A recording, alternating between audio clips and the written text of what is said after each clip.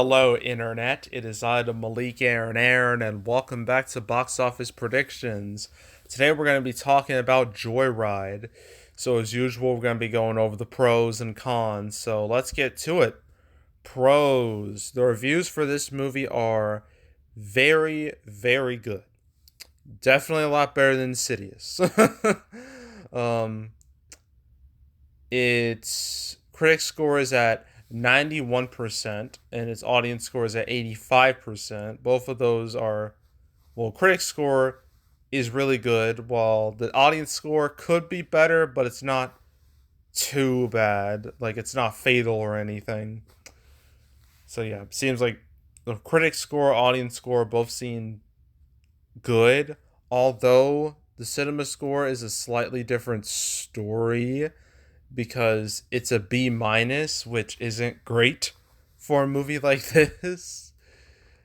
What was No Hard Feelings? I got a B plus, so that's not super ideal, the B minus, but you know, so I guess it's more of a middle ground. I guess like critic score, audience score are pros, but that cinema score is definitely a con. I think that's definitely going to negatively affect the movie in the long run, maybe, but yeah, so that's that. So that's pro and con attached to it.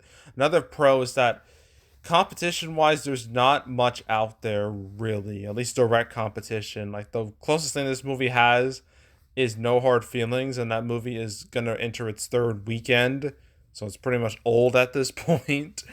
um so I can't imagine that's gonna do too much harm to this, and there won't be like another comedy in like the marketplace until like what, Barbie in 2 weeks.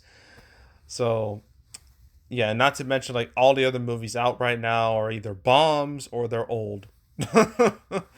So yeah, in terms of like overall competition, it's not too bad right now. So I'm gonna label that as a pro, albeit that's more of a weak pro, but it's still a pro in my book. Uh, I guess another pro is that it's a comedy. We rarely see theatrical comedies these days like anymore. So the fact that we're getting like more comedies out there, I mean, it's a good thing because like all the other genres are pretty much back. I mean, since like COVID screwed up everything. I mean, superhero, you got superheroes, you got horror, you got action movies, family movies. You know, I guess there's mature dramas. I don't know if that's really back, but it's trying to come back. A lot of genres are trying to resurrect themselves, and comedy just happens to be one of them. And with this being an original flick, that could really help it stand out amongst all the other summer movies. So I'm gonna label that as a pro, albeit still a very minor pro. But in my heart, it's a pro. Um, I don't know. I think that's it with pros. I guess I can mention its Thursday preview. It's 1.1 million. Although apparently some of that money went through like there's like Wednesday showings and then Thursday showings. Apparently, I mean 1.1 for a movie like this, that's not terrible. I mean, it's not like this is a franchise flick. It's not like this movie has a pre-established audience or anything. It doesn't have a pre-established fan base. So I guess this number isn't horrible, but it's not great either. I mean, compared to the No Hard Feelings. Uh, if I can, okay. All right. No Hard Feelings. Compared to that, that had a Thursday preview of 2.15 million. So this is about half as much as that. That's not great. But yeah, I'm gonna label that as like a middle ground thing. So that's middle ground. Now we have to go to the cons. Okay, so the big con is that no one really cares about this movie. I haven't seen like anyone really talk about it. It's been like the marketing's been very low key. It's just like it makes me wonder, are they even trying? like like I don't know. Like one like going into the summer, I thought this had the potential to be like a sleeper hit, especially like after like the reviews it got out of like a South by Southwest. Because usually South by Southwest, if you premiere there and you get a great reception, that could be a really good omen for your box office chances. I mean, look what happened with Baby Driver and A Quiet Place. Both of those played at South by Southwest. Both benefited from it greatly. This, not so much. It's kind of like the same thing what happened with Unbearable Weight of Massive Talent. That's what it feels like. So yeah, just overall lack of attention, lack of marketing, lack of anything, lack of momentum. I'm gonna label that as a con, definitely, definitely a con. Another con is that when it comes to, yeah, I label reviews as like a positive. Like if it gets a good reception, then that's a good thing, right? You never want your movie to have like poor reviews, because they that shouldn't bode well for your box office. But as we know, like in the history of the box office, sometimes reviews and quality don't mean a goddamn thing. There are plenty of bad movies that succeed and plenty of good movies that flop. It's sad, but that's just how it is. And this year, we've seen like a fair share of highly reviewed movies flopping for one reason or another. Movies like Dungeons and Dragons, Honor Among Thieves, Air, that was another one.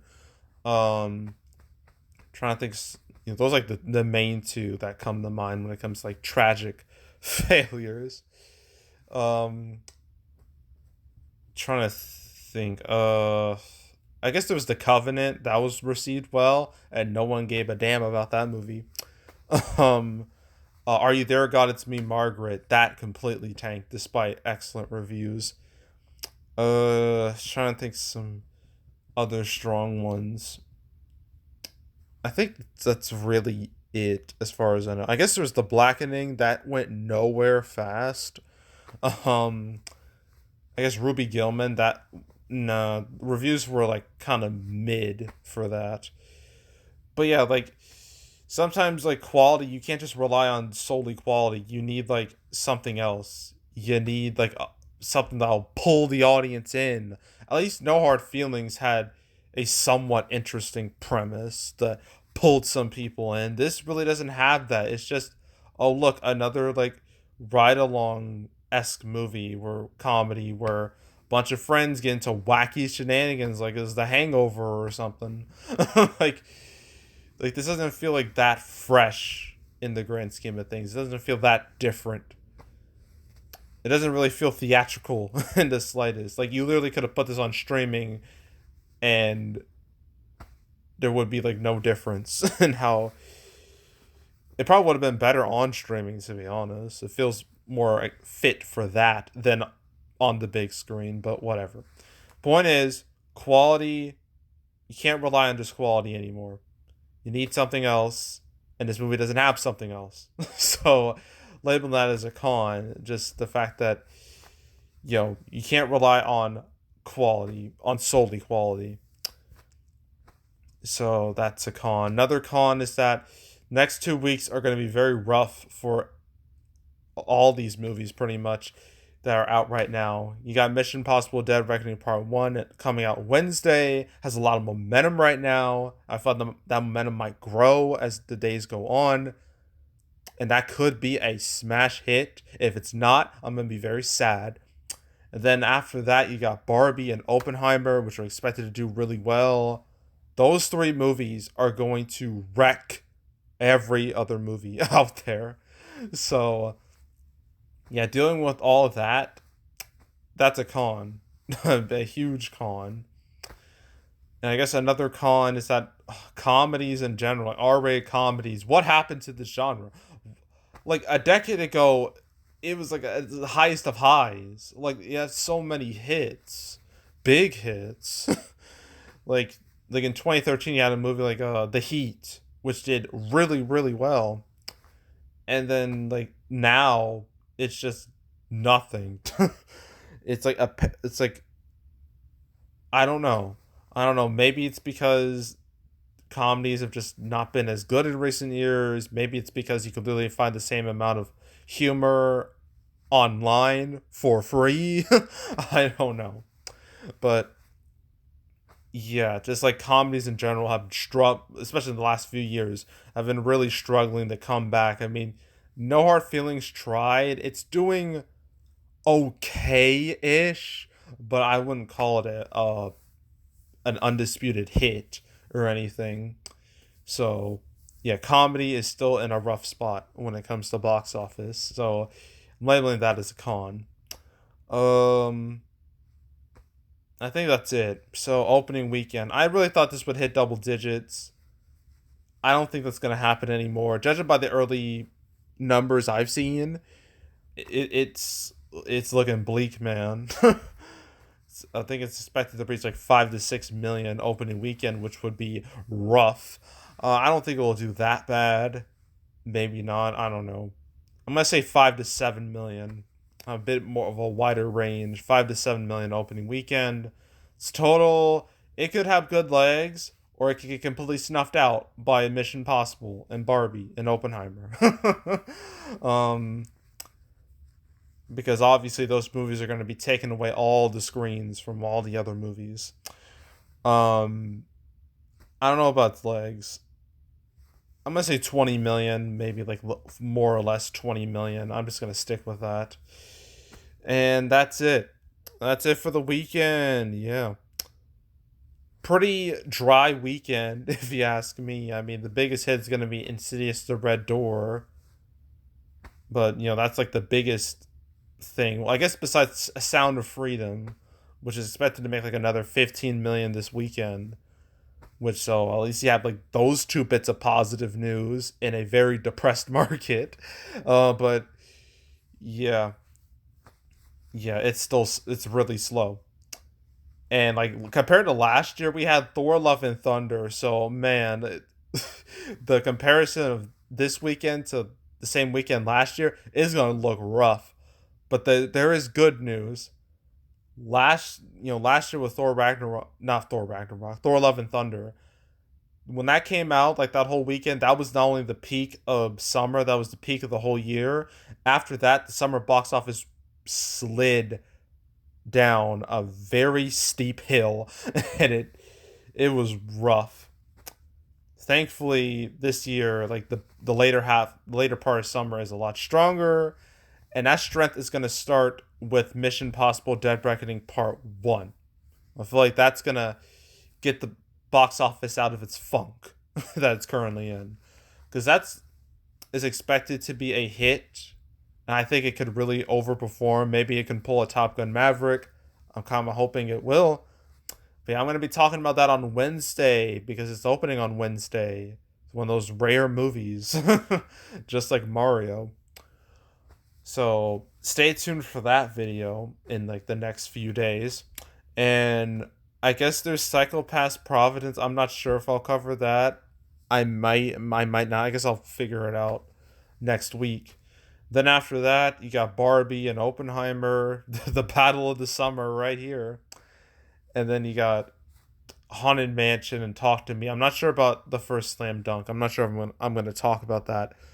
Yeah, sure. July may not have a lot of movies, and I'm very thankful for that, which means I don't have to cover like 5 movies a weekend. Cause that was miserable. Um, but yeah, like in terms of box office power, I think the box office is gonna get a lot better once Mission Possible comes out. I think we might see a big old resurgence in movie going. But yeah, that's what's going to be coming out in the next few weeks. So stay tuned for all those. But yeah, that's it. That's all. Make sure to subscribe, like this video, leave a comment, turn on notifications, share the whole drill. We'll check out more videos like this. I got playlists on the homepage. All previous prediction videos I made this year, any other years I've been doing this. If you want to watch any of those, go right ahead. There's also the canceled series where I go over all the movies that are supposed to come out but didn't. I never covered Joyride before, Apparently, because I tried looking it up and I'm seeing no results. So yeah, this is the first time I'm talking about it. um, I've now made 196 episodes of Canceled. So you want to watch any of those from beginning to now? Want to binge them all from beginning to now? I highly encourage you to do that. So go do it. There's also box office recaps where I go over the box office results for any particular month. June recap will come out next week. It will be very interesting. It'll be a long video. It's going to be very negative. A lot of me just going, what the hell happened here? Because that's pretty much how you can describe the whole month of June, with the exception of Across the Spider-Verse. So, yeah, stay tuned for that video. And then for the July recap, that won't come out till the second week of August, like after Mutant Mayhem and Meg 2 come out. So stay tuned for that. But if you want to watch any of the past recap videos I made on the channel, you can go right ahead. And yeah, that's it. That's all. I am out. Goodbye.